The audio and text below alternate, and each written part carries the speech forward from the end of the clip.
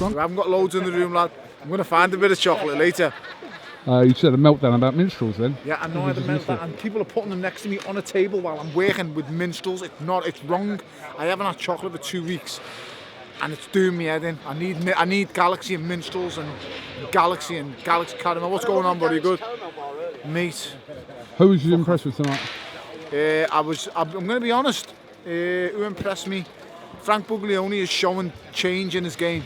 Frank Buglioni has shown me things I haven't seen him do before. Boxing, movement.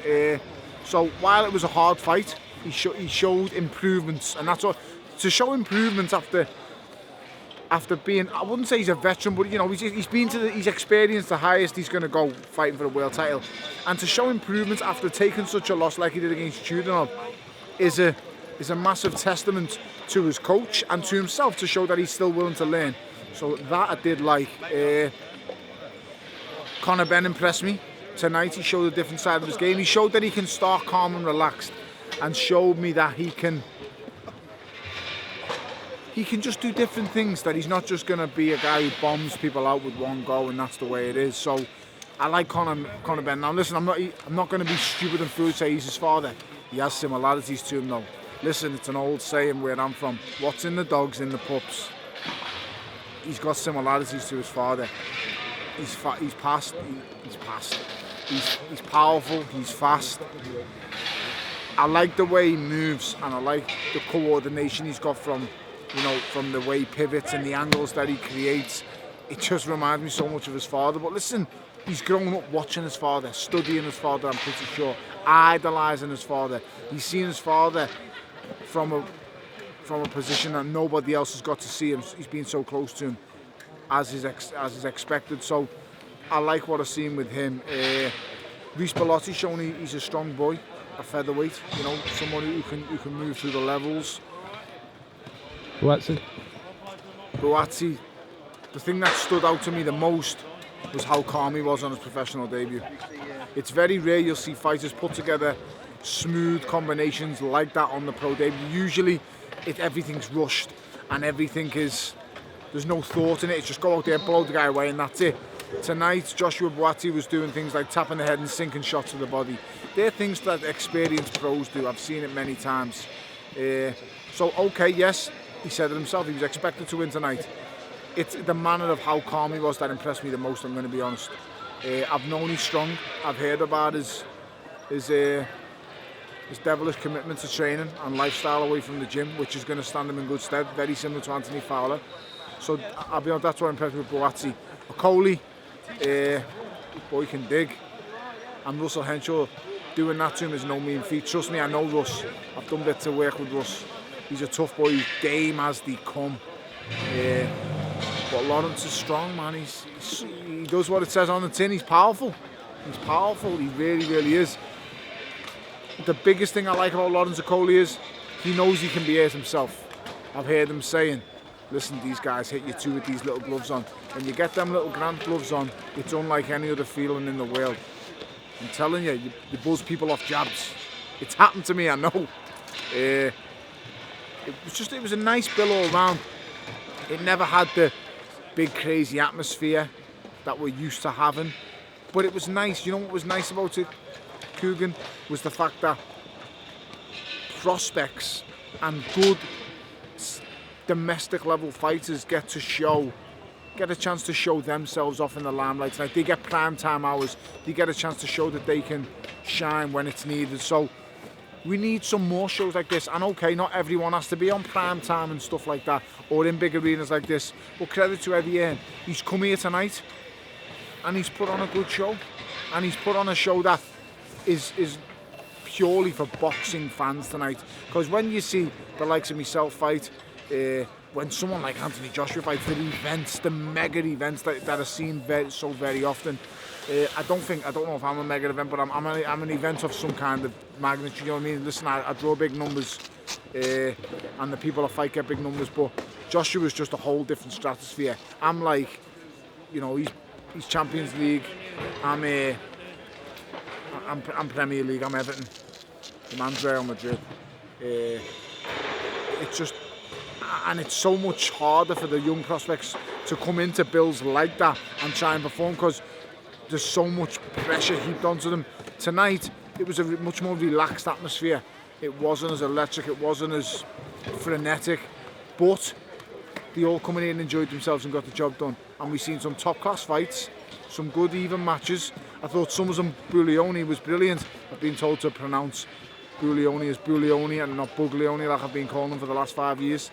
So Buglioni was good, showed improvements. Ricky Summers will come again. That kid will get another shot. I'd love to see Ricky Summers and Jose Burton. That's a good fight.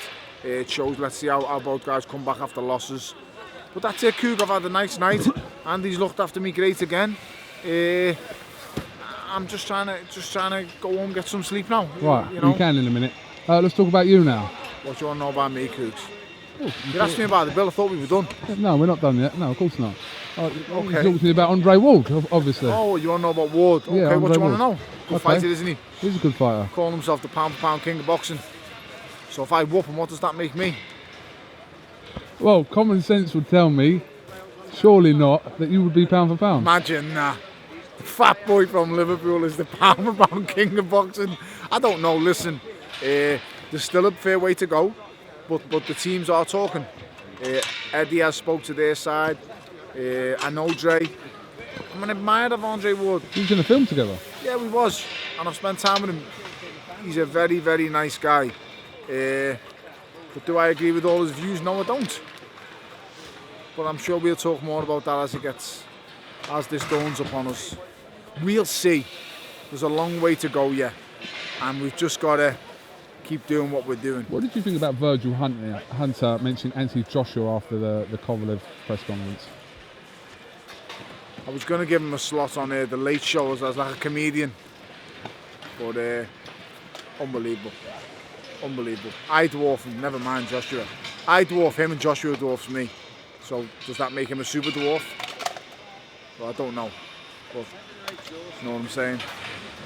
Super dwarf shouldn't play with super giants.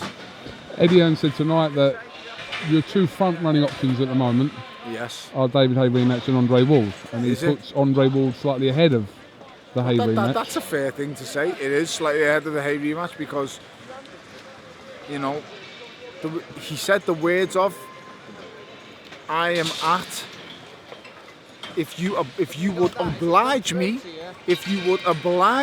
Tony, I will do it on your terms, in your place. If you would oblige me, Tony, I will do it on your terms, at your destination. If you would oblige me, Tony, I will do it on your terms, at your chosen location. I think I've repeated that enough times. They are his words, not mine. If you would oblige me, Tony, I will do this on your terms. They're his words, not mine. Okay. I will oblige him if he meets my terms. Now, the word that got back to me was, we didn't talk nothing about terms last time. Well, we did. We did talk terms. Go back to the press conference. Whatever his name is, the other guy who deals for him. So he said we did speak terms last time, and I got my pants pulled down. Make no mistake about that. That won't happen again, son. Salt and pepper's on my side of the table this time. And I will divulge it the way I see fit. Which one would you prefer? I'd like to fight the pound-for-pound king of the world. Who wouldn't? Imagine I will beat him, but imagine I beat the pound-for-pound champion of the world. It just so happens to be a Tim. I mean, I've always linked pound-for-pound king with the likes of, you know, Floyd Mayweather, Roy Jones Jr. They've always been miles weight class above me. Listen, I ain't no light heavy. I am a big man. And I will manhandle that boy. He hasn't lost since he was 13 years old. The way I get hold of him, I'll make him feel like a 13-year-old child. The way I will manhandle him. Take that as you see fit. But I will deal with him. No problem at all. We will have to see. Okay. Did you speak? Keep writing me off, people.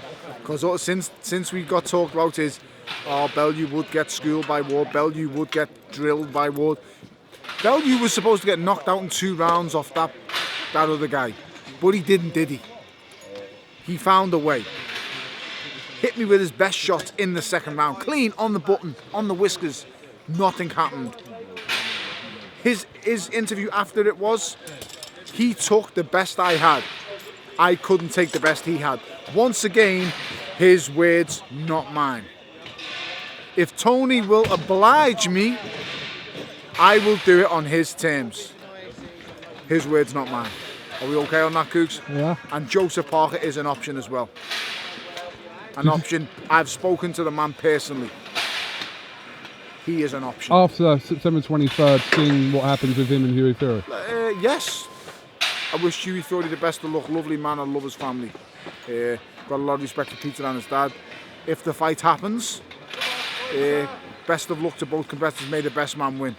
But I like the Joseph Parker fight, and I love the Andre Ward fight, and I will oblige Mr. Haye if, like he said, we do it on my terms, which I believe I have earned. Let's be totally honest here. There was a winner of that first fight, believe it or not, and no one went to sleep. No one was left in a coma. No one had the boxing board license removed from them after fighting them, did they? Like a certain Mr. Haye told them that would happen. My children would be visiting me in hospital. Well, they didn't, did they? And you got pummeled.